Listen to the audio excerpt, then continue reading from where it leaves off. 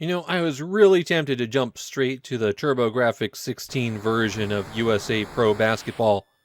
The US title of Taking It to the Hoop is very 1989. But my format is to mainly stick to the Japanese titles, so we get the boring title of USA Pro Basketball. This is the first basketball game for the PC Engine, and it had a very fast turnaround for a US release, with Taking It to the Hoop getting released just 3 months later. So I rather strongly suspect that ICOM made this one for the US market. There are 3 styles of play to choose from: Tournament, League, and Exhibition. Tournament is a single round knockout until you find a champion, and League sets up a schedule where you play all of the teams repeatedly. And naturally, Exhibition is one game between any 2 teams of your choice. There are 8 teams to choose from, and they're all identified by city. Places known for basketball like Chicago, New York, Honolulu. Once you've chosen the city, you have to choose your players. Each team has a 12-man roster, and there's a code beneath their names that tells you how skilled they are. The players are rated from 1 to 10, with A standing in for 10, on power, speed, shooting, passing, and defense. You also get to choose if you want to use a zone defense or a man-to-man defense. On the court, if you have possession of the ball, pressing button 1 will pass it, and pressing button 2 will jump. You have to press button 2 again if you want to shoot. If you don't have the ball, then pressing button 1 will swap which character you're controlling, and pressing button 2 changes who you're controlling. You might have noticed that the offensive and defensive controls are contradictory and opposite to each other. And yes, it's very confusing while you play. The stats have a significant outcome on how your players do, and if they have low stats, they might just not take an action that you input at all. They also get tired out over the course of the game, and when the ball is out of bounds, you can press Start to bring up an option to change out players.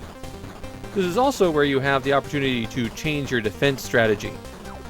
How worn out your players get depends on their power, so characters with a very high power might be able to last the entire game. There's also some special events that occur, which change up how the game works. If you get fouled, you go to a free throw, where you get a view of the basket and a little meter that's zipping by. The ball indicator on that meter keeps changing speed, and obviously your goal is to press button 2 when it's in the red zone. You get a similar view if you go for a slam dunk, and again you want to press button 2 when it's in the red zone. If you're the defensive player on that slam dunk, then you want to hit button 2 the moment the other player releases the ball. That will block the shot, something that I've never successfully pulled off. Quarters in USA Pro Basketball are 10 minutes long, and you can't adjust the length of them. Okay, they say they're 10 minutes, but they're really running at twice the regular clock speed, so that's 5 minutes per quarter. That does make the games relatively long, though. You'll be playing for 20 minutes to complete a full match. Unsurprisingly, USA Pro Basketball doesn't seem to be a popular game in Japan. I couldn't find a single person with anything to say about it. And yeah, it's an old sports game, and the sport is one that doesn't even have a lot of Japanese fans. So of course, nobody cares. My feelings on USA Pro Basketball are a bit complex. The game's major inspiration is really obvious. It's basically an attempt to copy Konami's Double Dribble. And the bits that carry over from Double Dribble are actually kind of good. And I appreciated that they're trying to make the players more varied with individualized stats. But then the implementation of things just goes badly wrong.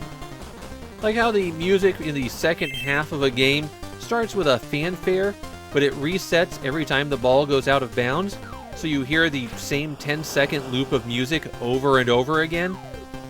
The presentation is incredibly chaotic and confusing. It can be hard to tell what's happening on the court.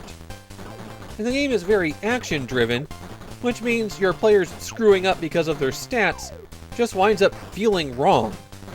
If I hit a button to tell a player to do an action, then they better do the action. USA Pro Basketball winds up being an interesting attempt that doesn't quite work for me. Of course, your options for basketball games on the PC Engine are so limited that you still might have had to settle for this one.